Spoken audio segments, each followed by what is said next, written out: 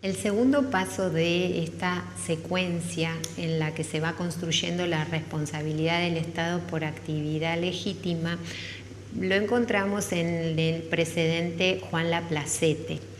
Este fallo es de 1943 y los hechos que lo desencadenan desafortunadamente no van a ser la primera vez que los veamos reflejados en las sentencias judiciales, porque tienen que ver con las inundaciones de campos en la provincia de Buenos Aires por obras de infraestructura hidráulica. El señor Laplacete, en realidad ya sus herederos son los que llegan a la corte en 1943, tenía un campo en Necochea que resultó totalmente inundado en función de unas obras que realizó la Dirección de Hidráulica de la provincia de Buenos Aires en la Laguna Gómez. A raíz de que perdió absolutamente valor esa propiedad, el señor Laplacete inicia un juicio de expropiación contra la provincia, pretendiendo entonces que la provincia se quede con esos terrenos que habían perdido todo valor productivo. En esa primera sentencia,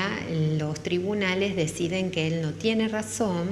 porque la provincia no tenía por qué adquirir en propiedad una tierra, un inmueble, respecto del cual no tenía ningún interés. Pero sin embargo, sí le reconoce que esta situación le había generado un daño y que él la tenía que vehiculizar, la tenía que canalizar a través de otra acción, que era una acción de resarcimiento, una acción de daños y perjuicios.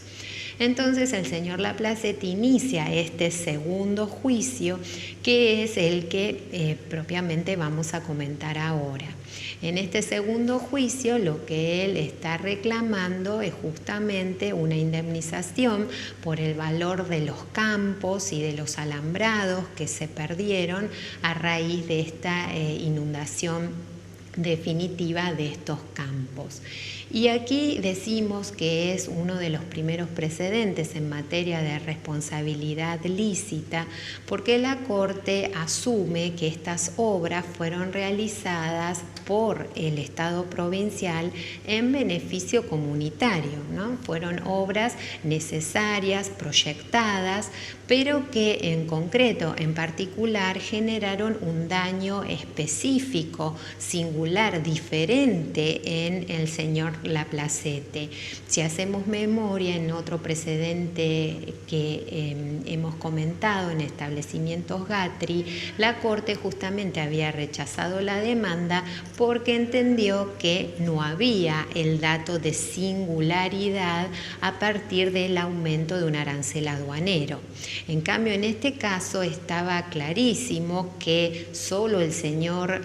Laplacete había sufrido una pérdida en su propiedad al no poder obtener, al haberse desvalorizado su propiedad por esta obra de hidráulica. De manera que la Corte entiende que aun cuando no existen normas específicas, son los principios generales de justicia y de equidad los que mandan, los que ordenan brindarle a esta situación una debida reparación.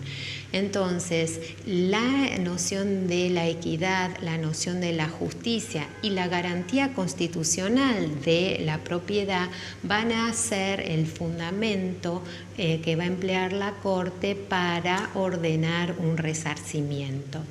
Otro aspecto que es interesante, porque lo vamos a ver todo el tiempo reiterado en este campo, es el vínculo entre la figura de la expropiación y la de la responsabilidad lícita. Es cierto que participan de notas comunes, porque en ambos casos se produce esta detracción en el patrimonio de algún particular por razones que están vinculadas con un interés público. En la expropiación se sanciona una ley que dispone que una determinada propiedad tiene una utilidad pública, ya sea para hacer una obra, en general esa es esa finalidad, pero el propietario no puede ser desposeído sin una debida indemnización. En cambio, aquí en la responsabilidad lícita, si bien es cierto que está el punto de contacto por el sacrificio individual y el beneficio colectivo, no tiene la responsabilidad lícita el mismo sustento constitucional como lo tiene la expropiación, no implica un procedimiento complejo como es el de la expropiación, que requiere la sanción de una ley que declare la utilidad pública del bien, pero, insisto, hay un punto de contacto en cuanto a que se tratan de acciones que desarrolla el Estado para beneficiar a la colectividad, a la comunidad, pero que no pueden ser a expensas del sacrificio de personas individuales. En la sentencia, la Corte hace un análisis también interesante en cuanto a que elimina la idea de que este caso pueda ser regido bajo los paradigmas de la responsabilidad por actividad irregular, por actividad ilícita. Dice, no, aquí no hay nada de todo esto y por ende, por ejemplo, para un aspecto específico que era el que tenía que resolver, que era el referido al plazo de prescripción de esta acción, es decir, cuánto tiempo podía el actor, con cuánto tiempo podía iniciar la demanda. La Corte entiende que aquí este caso no se juzgaba por la prescripción corta de los 2 años que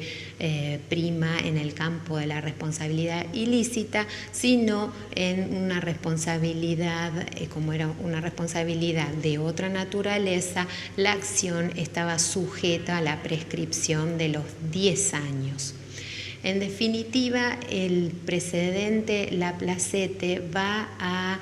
señalar o dejar planteada este concepto de que más allá de que exista una norma específica, el fundamento en definitiva de la responsabilidad del Estado es un fundamento constitucional. Es en la Constitución donde están las garantías que nos protegen y que impiden que los daños que causa el Estado, aun cuando no sean antijurídicos, puedan quedar sin respuesta.